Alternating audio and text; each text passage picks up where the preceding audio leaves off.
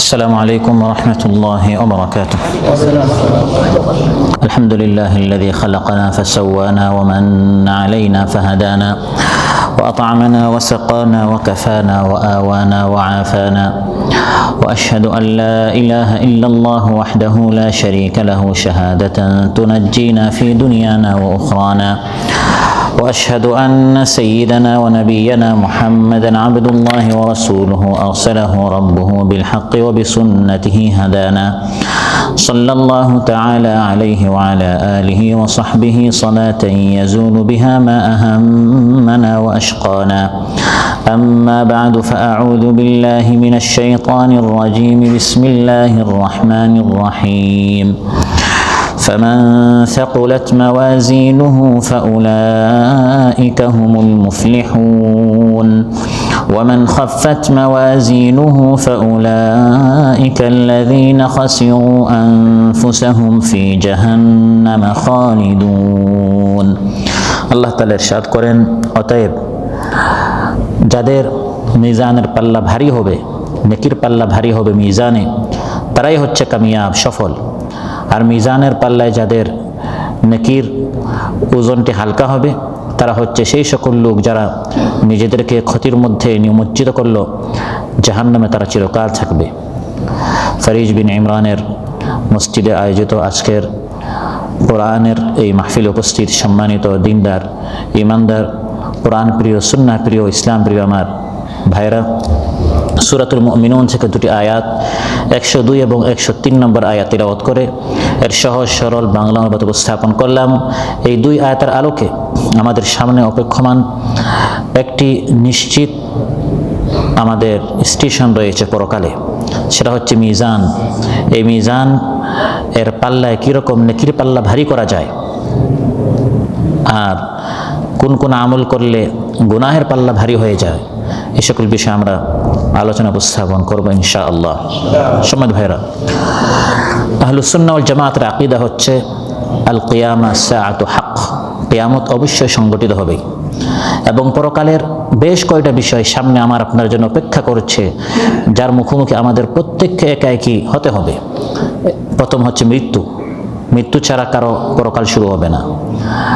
তারপর কবর, কবরে মুনকার নাকিরের প্রশ্ন, তারপর কবরে জান্নাত জাহান্নামের বাতাস আসবে। ইমানদার হলে জান্নাতের, আর বদকার হলে জাহান্নামের। জান্নাতের বিছানা, জান্নাতের ঘ্রাণ, জান্নাতের বাতাস, আর বদকার হলে জাহান্নামের বিছানা, জাহান্নামের বাতাস, জাহান্নামের পরিস্থিতি। সেখানে কবরের মধ্যে তার শুরু হয়ে যাবে, জাহান্নামের একটু টুকরা হবে তার কবর, নাউযুবিল্লাহ।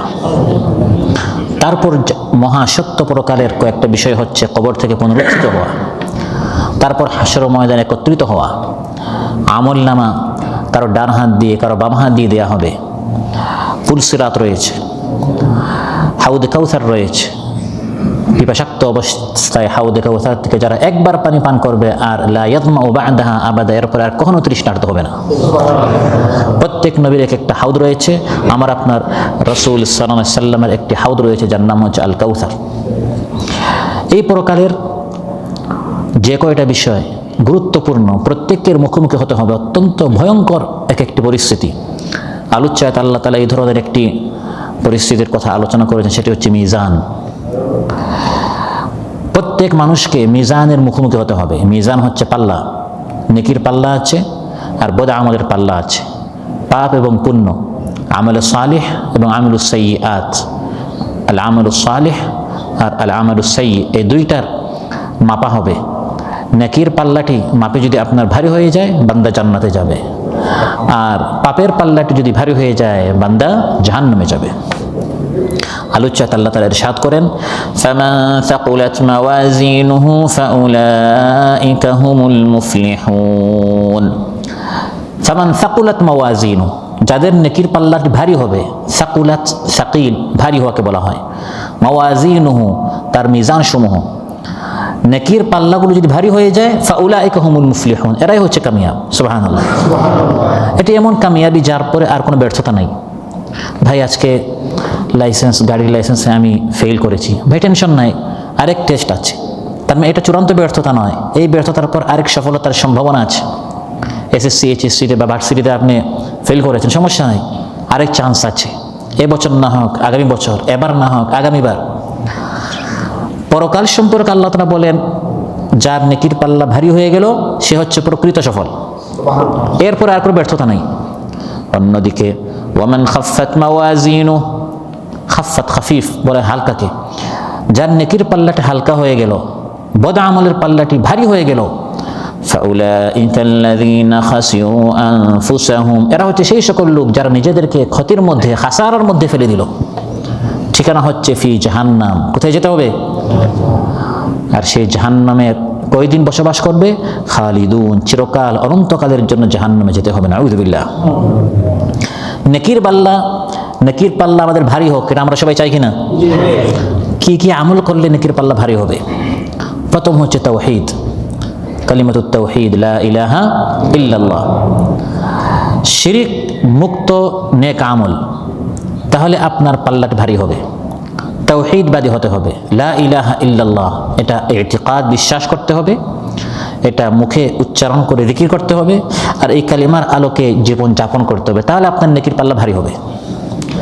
মুসনাদ আহমদে এসেছে, قال رسول الله صلى الله عليه وسلم إن الله سيخلص رجلا من أمتي على رؤوس الخلائق يوم القيامة, কিয়ামতের দিন আমার উম্মতের মধ্যে এক ব্যক্তিকে সকল মানুষের সামনে হাজির করা হবে। فينشر له 99 سجلا, তার সামনে 99টি বই এরকম রাখা হবে। তার জীবনে সে যত আমল করেছে রিপোর্টগুলো এত বেশি হবে, সব আমলগুলো তার সামনে রাখা হবে।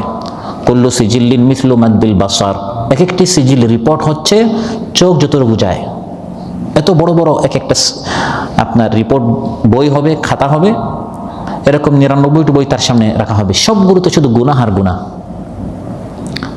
জীবনে কোনো নেক আমলই করে নাই, তার রিপোর্টের মধ্যে শুধু গুনাহ আর গুনাহ। ثم يقول أتنكر من هذا شيئا أظلمك كتبتي الحافظون, আল্লাহ প্রশ্ন করবেন আমার যে কিরামান কাতিবিন ছিলেন, ওয়া ইন্না আলাইকুম লাহাফিযিন, সংরক্ষক ফেরেশতারা, তারা কি তোমার উপর জুলুম করেছে?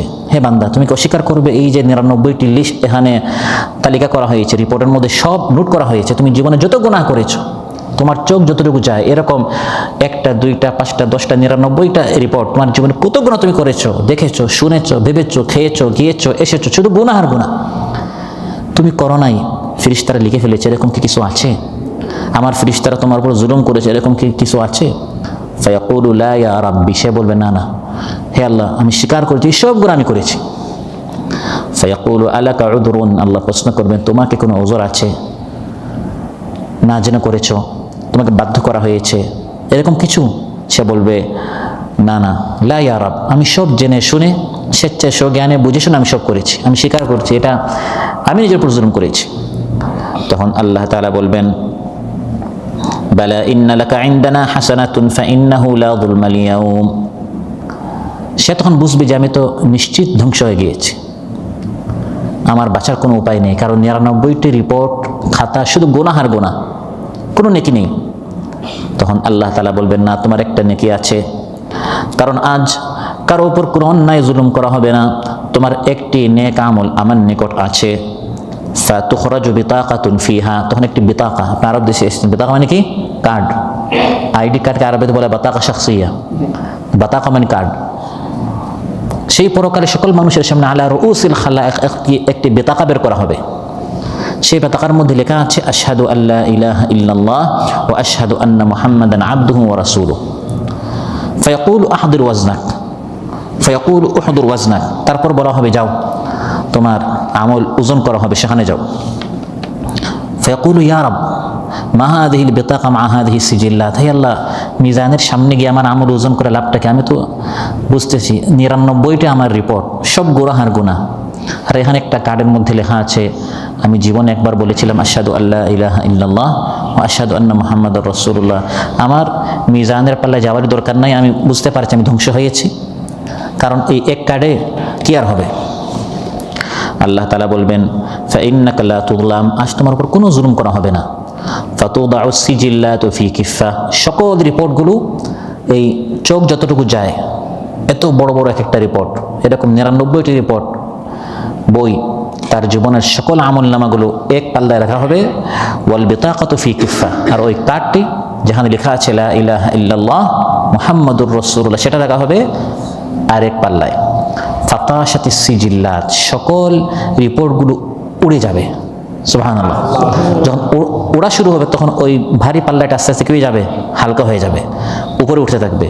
ওয়াসাকুলাতিল বিতাকা, আর ওই পাল্লাটা আস্তে আস্তে ভারী হবে, নিচে যাবে। ওয়ালা ইয়াসকুলু মাসমিল্লাহি শাইআ, আল্লাহর নামের সাথে কোনো কিছু ভারী হতে পারে না। সুবহানাল্লাহ।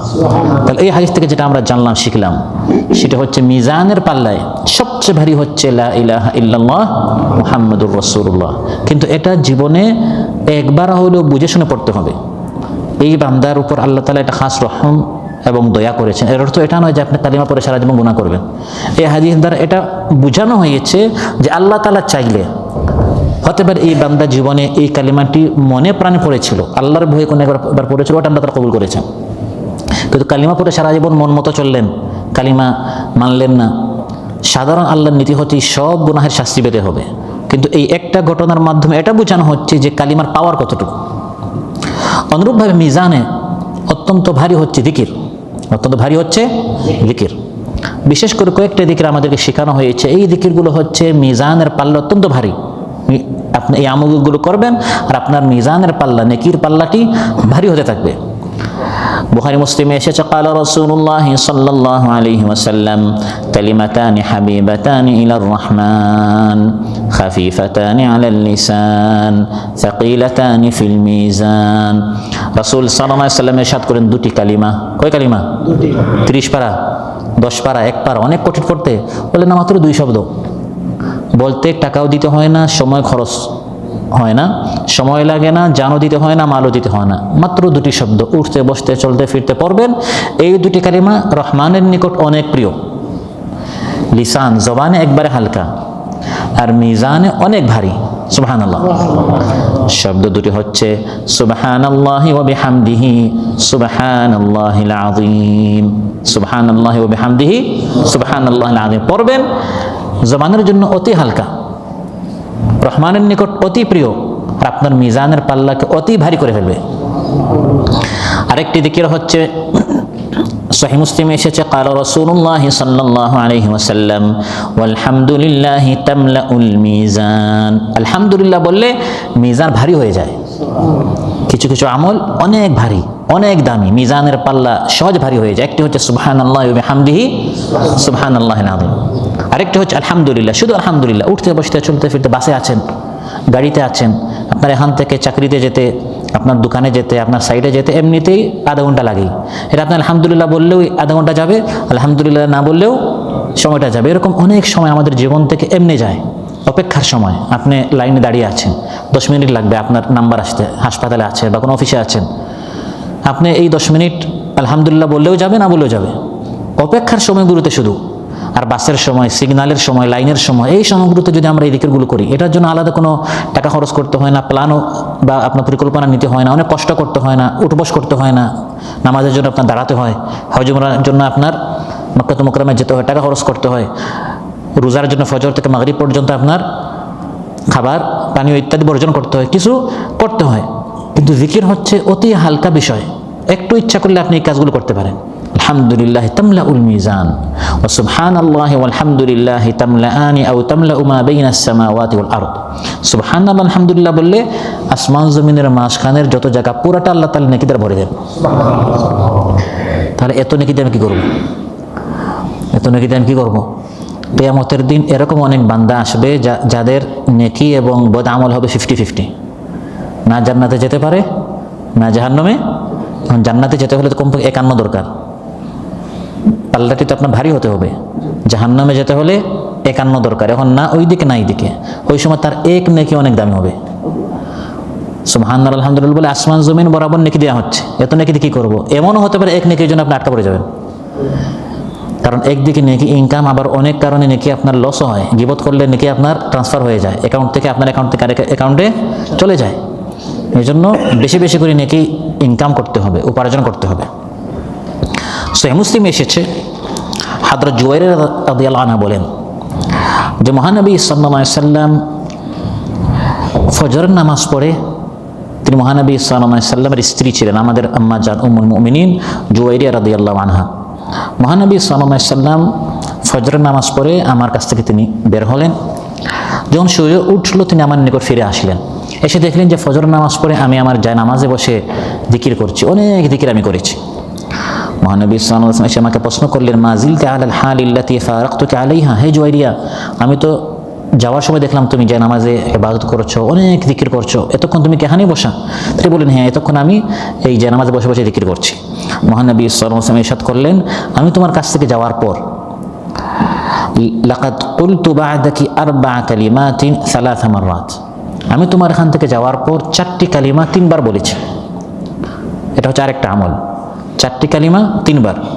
লাউ উযিনাত বিমা কুলতি মুনদুল ইয়াউম, এতক্ষণ যাবত তুমি যত জিকির করেছো, তোমার এই সব জিকিরগুলোকে যদি ওজন করে এক পাল্লায় রাখা হয়, আর আমার এই 4টি কালিমা 3বার পড়া, এটাকে যদি আরেক পাল্লায় রাখা হয়, লাওয়াজানাতুহুন্না, আমার আমলটা বেশি ভারী হয়ে যাবে। তার জানা দরকার আছে না নেই? সুবহানাল্লাহি ওয়া বিহামদিহি আদাদা খালকিহি ওয়া রিদা নাফসিহি ওয়া জিনাতা আরশিহি ওয়া মিদাদা কালিমাতিহি, এই 4টি কালিমা 3বার পড়া। সুবহানাল্লাহি ওয়া বিহামদিহি আদাদা খালকিহি ওয়া রিদা নাফসিহি ওয়া জিনাতা আরশিহি ওয়া মিদাদা কালিমাতিহি। সুবহানাল্লাহি ওয়া বিহামদিহি আদাদা খালকিহি ওয়া রিদা নাফসিহি ওয়া জিনাতা আরশিহি ওয়া মিদাদা কালিমাতিহি। কিয়ামতের দিন এমন হতে পারে, আপনি আপনার চোখের সামনে দেখবেন আপনার ভাই, তার নেকির পাল্লা ভারী হয়েছে, সে সুবহানাল্লাহি ওয়া বিহামদিহি এগুলো পড়েছে, জান্নাতে চলে যাচ্ছে। বন্ধু ভারী হয়েছে, চলে যাচ্ছে। আপনার কলিগ ভারী হয়েছে, চলে যাচ্ছে, আর আপনি এখানে দাঁড়ানো। এই এক কালিমার কারণে সুবহানাল্লাহ যদি আপনি বলতেন, আপনারটা ভারী হতো। এখন এগুলো সহজ মনে হচ্ছে, কিন্তু ওই সময়টা অত্যন্ত কঠিন হবে, নাজুক হবে, জটিল হবে, ভয়ঙ্কর হবে। তাহলে একটা আমরা শিখলাম সুবহানাল্লাহি ওয়া বিহামদিহি সুবহানাল্লাহিল আযীম। আর আরেকটা হচ্ছে একবারে সহজ, শুধু সুবহানাল্লাহ আলহামদুলিল্লাহ। আর আরেকটা হচ্ছে শুধু আলহামদুলিল্লাহ। আর আরেকটা শিখলাম সুবহানাল্লাহি ওয়া বিহামদিহি আদাদা খালকিহি ওয়া রিদা নাফসিহি ওয়া জিনাতা আরশিহি ওয়া মিদাদা কালিমাতিহি। তারপর মিজানের পাল্লা ভারী করে নামাজের পরের জিকির আর ঘুমের আগের জিকির। আমরা অনেক সময়, এখন তো আমাদের আমল হচ্ছে ঘুমের আগে ফেসবুক, ঘুমের আগে সর্বশেষ হোয়াটসঅ্যাপে কী কী মেসেজ আসছে, ইমোতে কী কী আপনার মেসেজ আছে, স্টোরি আছে, এগুলো দেখে দেখে আমরা ঘুমাই।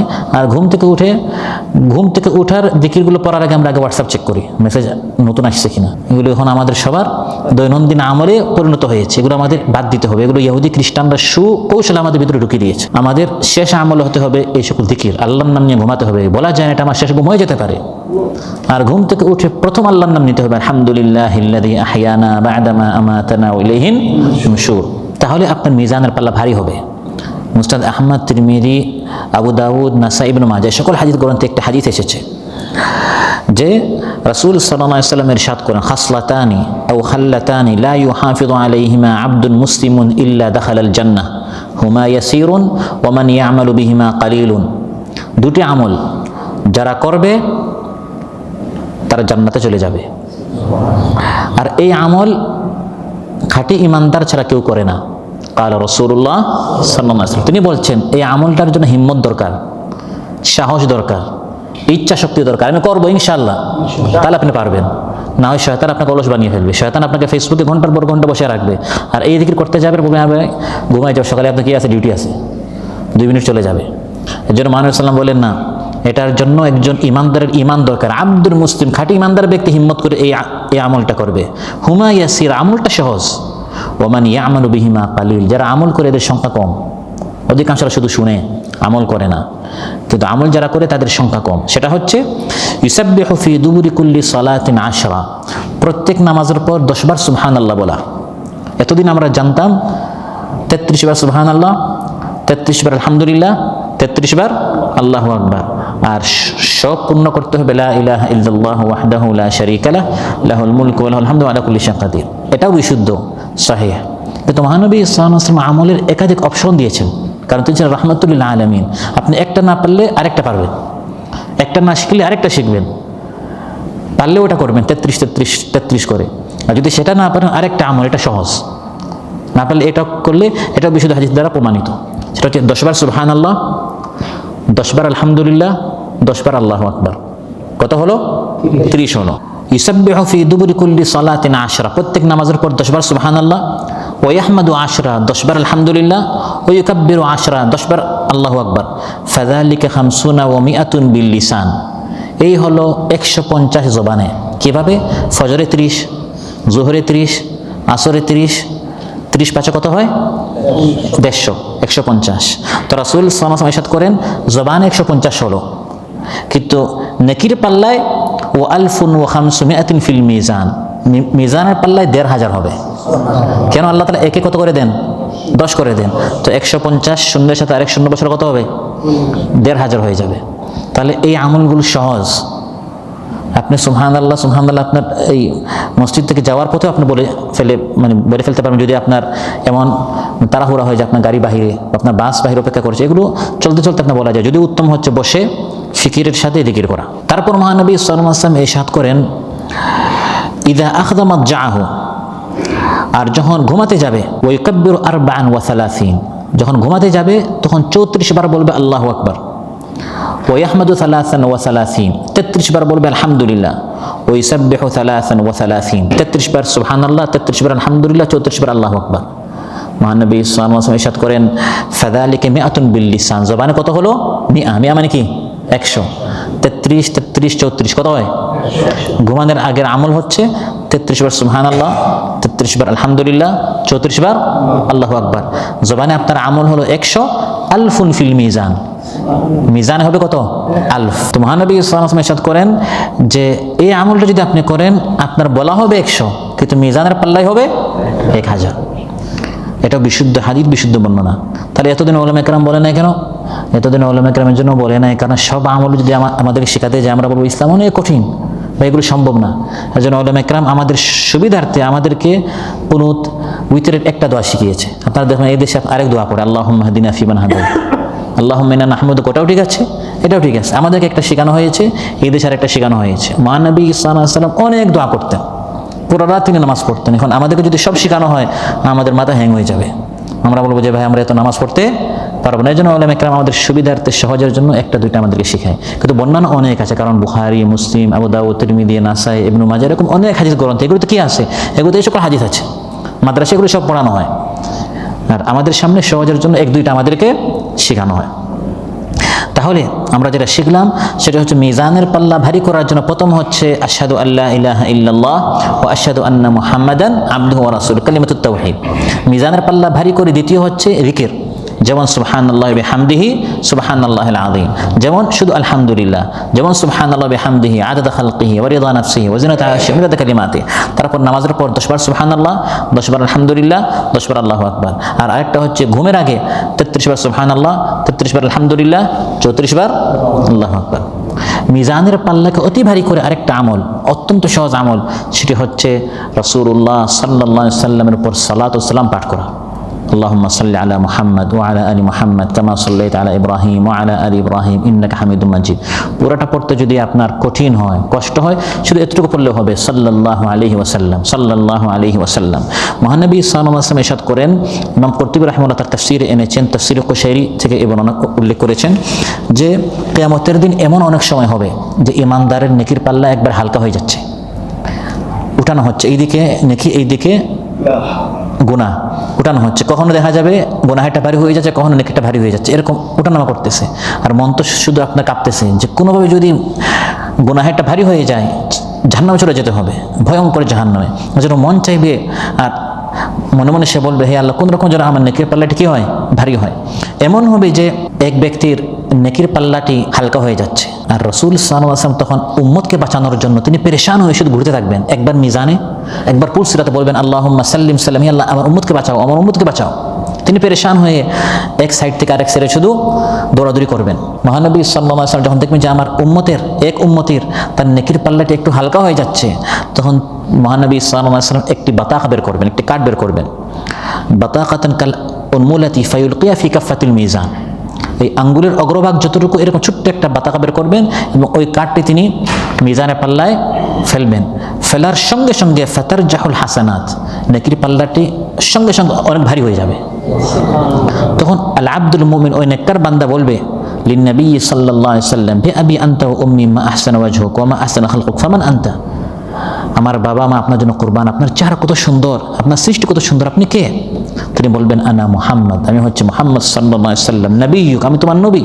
ওয়া হাযিহি সালাওয়াতুকা আল্লাতী কুনতা তুসাল্লি আলাইয়া, এই কার্ডের মধ্যে, এই সিমের মধ্যে রয়েছে তুমি আমার জীবন, তোমার গোটা জীবনে আমার উপর যত দুরূদ পড়েছে সবগুলো এখানে সেভ করা আছে।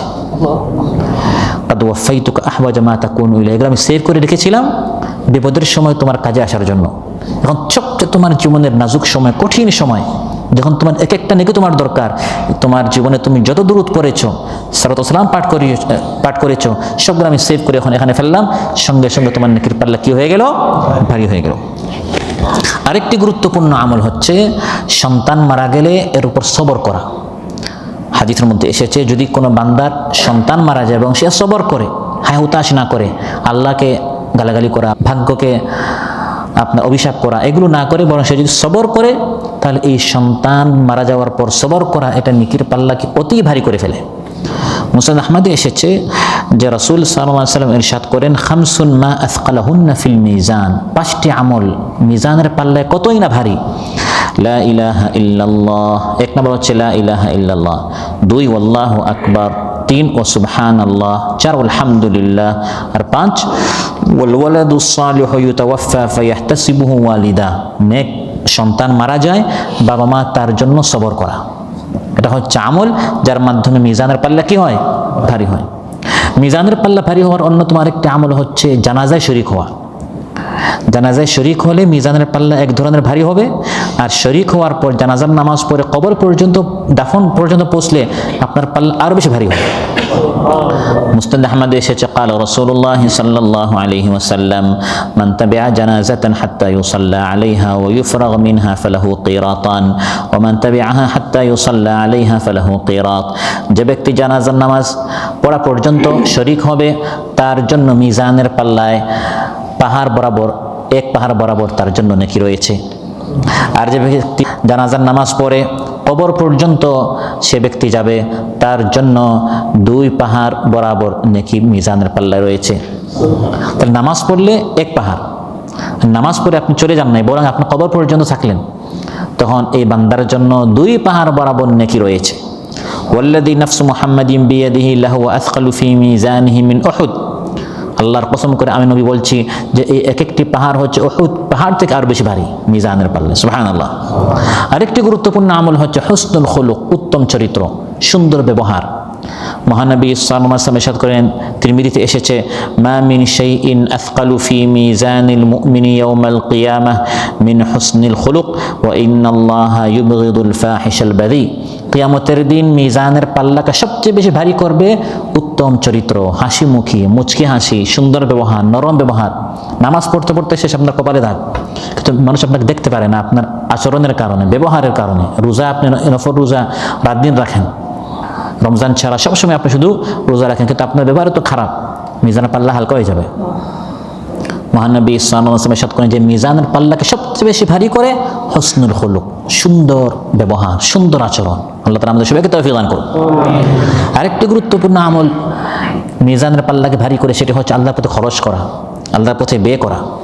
মুসনাদ আহমদে এসেছে, قال رسول الله صلى الله عليه وسلم من احتبس فرسا في سبيل الله إيمانا بالله وتصديقا بوعده كان شبعه وريه وروثه وبوله حسنات في ميزانه يوم القيامة, যে ব্যক্তি আল্লাহর পথে, আল্লাহকে খুশি করার জন্য একটি ঘোড়া আল্লাহর পথে দিল।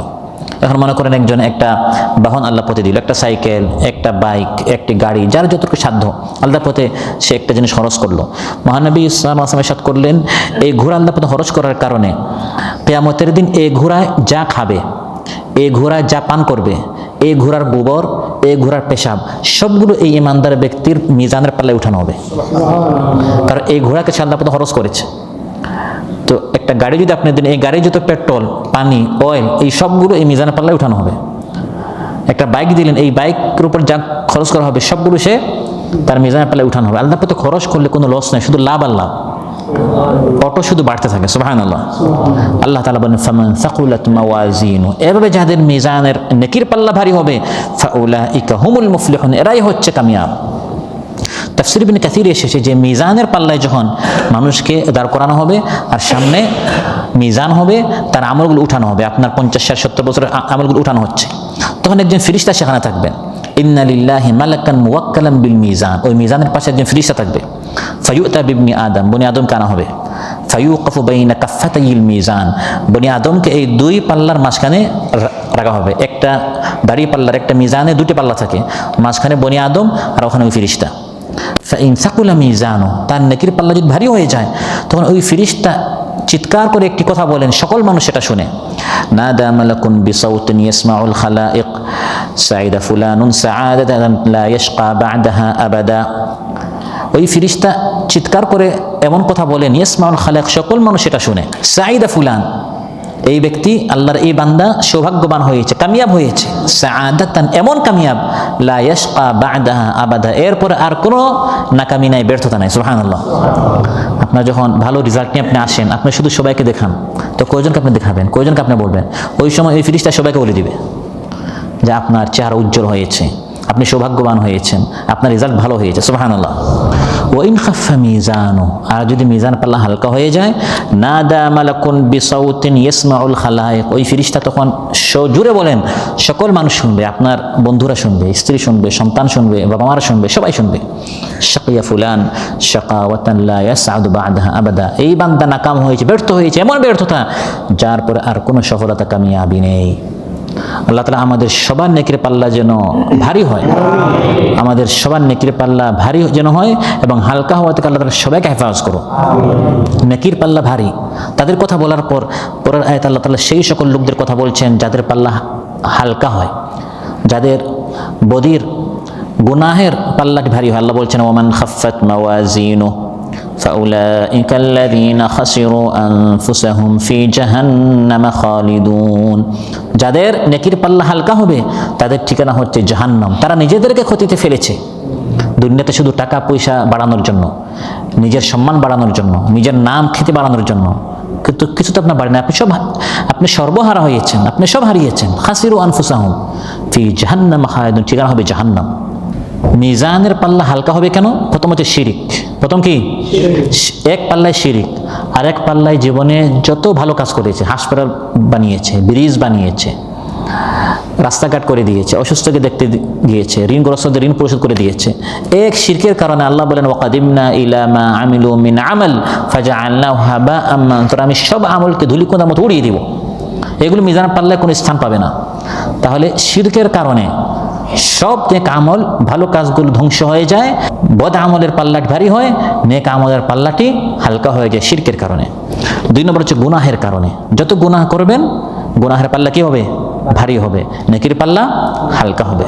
আরেকটা হচ্ছে বদমিজাজি, যেটা আমি একটু আগে বললাম, বদমিজাজি, বদ আখলাক, গালাগালি করা, গীবত চগলখড়ি করা, মানুষদেরকে ধমকানো, জুলুম অত্যাচার করা, এগুলোর কারণে একদিকে নামাজ রোজা করবেন, অন্যদিকে আপনার এই সব আমলগুলো ট্রান্সফার হয়ে যাবে, আর একজনের অ্যাকাউন্টে সব চলে যাবে, আপনার মিজানগুলো, আপনার নেকির মিজান হালকা হবে।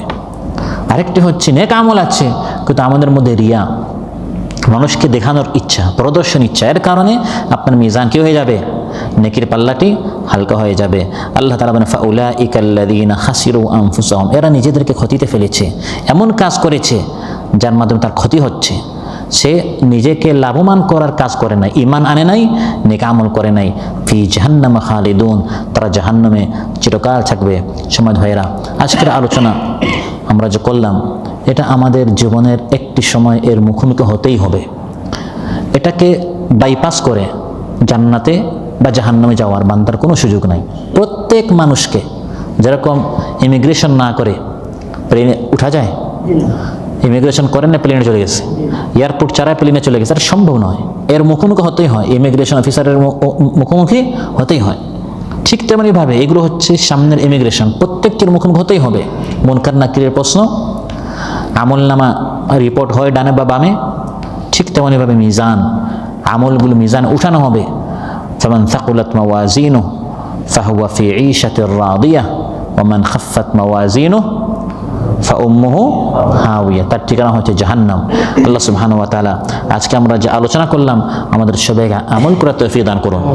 মিজান, তারপর কবর, আখিরাত, এর প্রস্তুতি নেওয়ার আল্লাহ তাআলা আমাদের সবাইকে তৌফিক দান করুন।